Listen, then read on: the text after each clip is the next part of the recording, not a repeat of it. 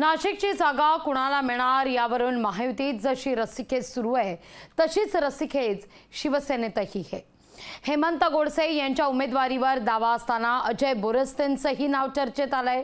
त्यातच बोरस्तेंनी ठाण्याच्या देवीची पूजा केल्यानं गोडसे अस्वस्थ झाले आहेत।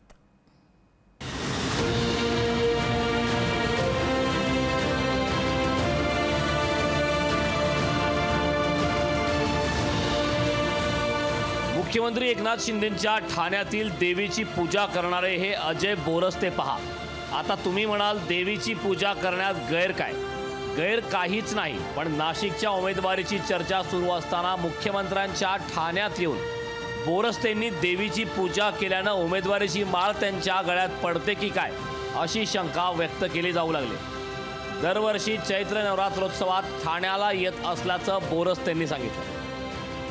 धर्मवीर आनंद दिघे फाउंडेशनच्या वतीनं होणारा चैत्र नवरात्र उत्सवाला दरवर्षी आम्ही येत असतो। मागच्या वेळेस सुद्धा आम्ही आमच्या सर्व नगरसेवकांसह त्या ठिकाणी दर्शनाला आलो। अत्यंत जागृत असं स्थान आहे।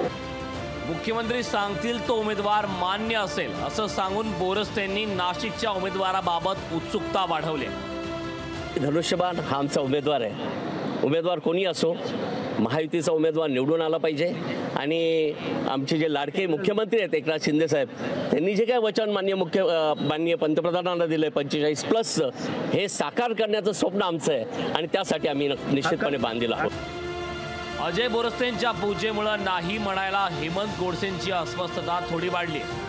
अजय बोरस्तेंनी देवीकडे आपल्याच उमेदवारीची मागणी केली असेल असा आशावाद व्यक्त केला। अजय बोरस्ते त्यांनी आता सांगितलं ना, मुंबईला तुमच्या सर्व पत्रकारांना सांगितलं का आम्ही गोडसेंच्या उमेदवारीसाठीच आग्रही आहोत। त्यांनी आता सांगितलं ना, मुंबईला तुमच्या सर्व पत्रकारांना सांगितलं का आम्ही गोडसेंच्या उमेदवारीसाठीच आग्रही आहोत। महायुतीत नाशिकसाठी भुजबळांसारखे तगडे स्पर्धक असताना हेमंत गोडसेंना पक्षातूनच अजय बोरस्तेंच्या रूपानं आणखी एक स्पर्धक मिळाला आहे। हेमंत गोडसेंचा उमेदवारीचा मार्ग आणखी कठीण होत चालला। ठाण्याहून शुभम कोळीसह महेश महाले, लोकशाही मराठी, नाशिक।